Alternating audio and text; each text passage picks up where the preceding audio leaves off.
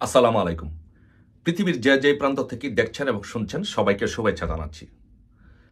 বাংলাদেশের রাজনৈতিক প্রেক্ষাপটে আজকে প্রত্যেকটা মানুষের মনে প্রশ্ন।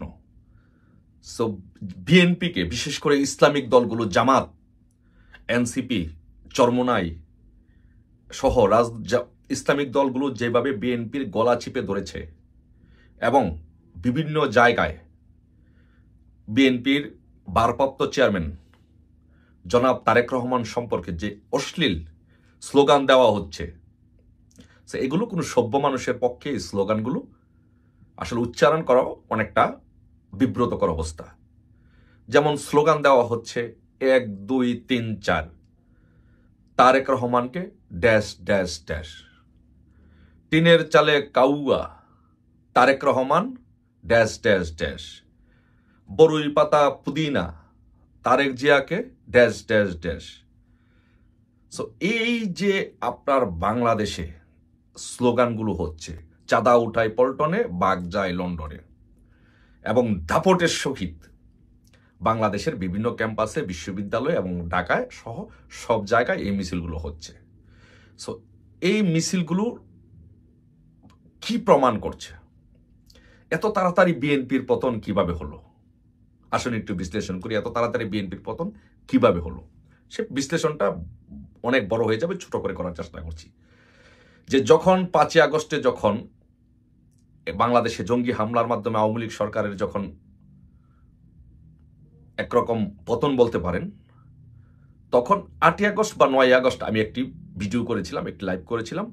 সেই লাইভে বলেছিলাম যে একদিন ছাত্রদল ছাত্রলীগের পায়ে ধরে, তখন ল্যাঙ্গুয়েজটা খারাপ করে বলেছিলাম, বিপ্লবী চেতনায় ছিলাম, যে ছাত্রলীগের পায়ে ধরে ছাত্রদল আব্বা আব্বা বলবে যে আব্বা আমাদেরকে শিবিরের পিটা থেকে, শিবিরের পিটুনি থেকে আমাদেরকে বাঁচাও।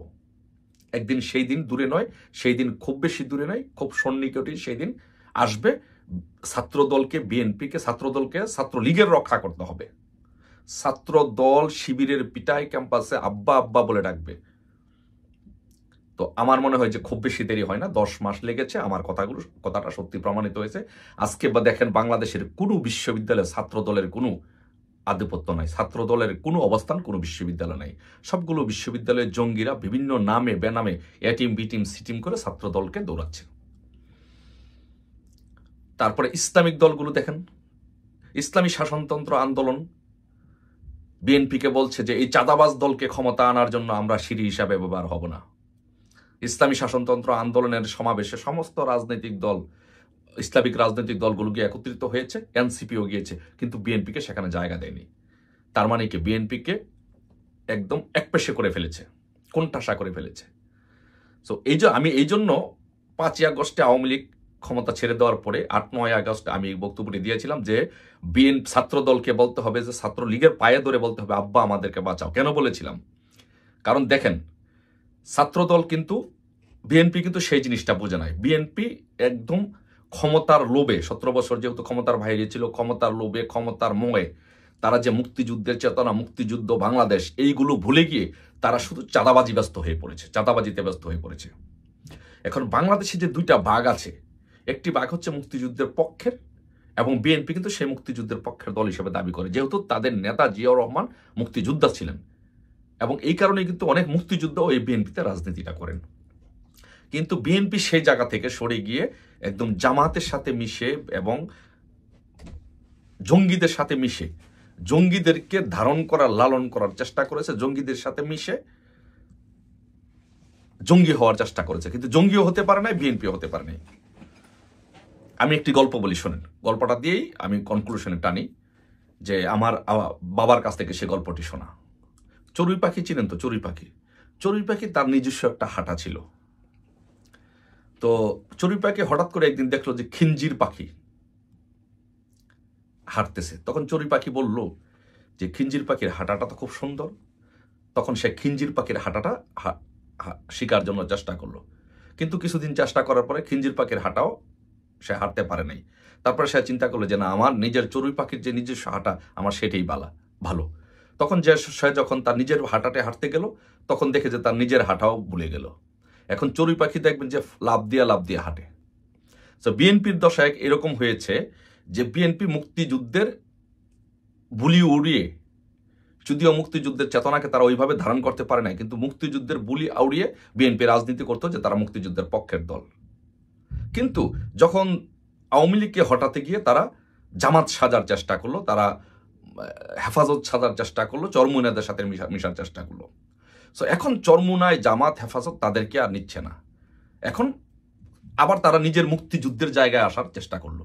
কিন্তু মুক্তিযুদ্ধের মা এই দেশের জনগণ বিএনপিকে আর মুক্তিযোদ্ধার দল হিসাবে সেভাবে গ্রহণ করছে না। এখন তারা একুলো হারিয়েছে, ওইকুলো হারিয়েছে, যেটাকে বলে চৌরা হাট হাওয়া হারিয়েছে, খিঞ্জিরে হাঁটা হারিয়েছে। দুটি হাঁটাই এখন তারা আর কোনো হাঁটাই হাঁটতে পারছে না।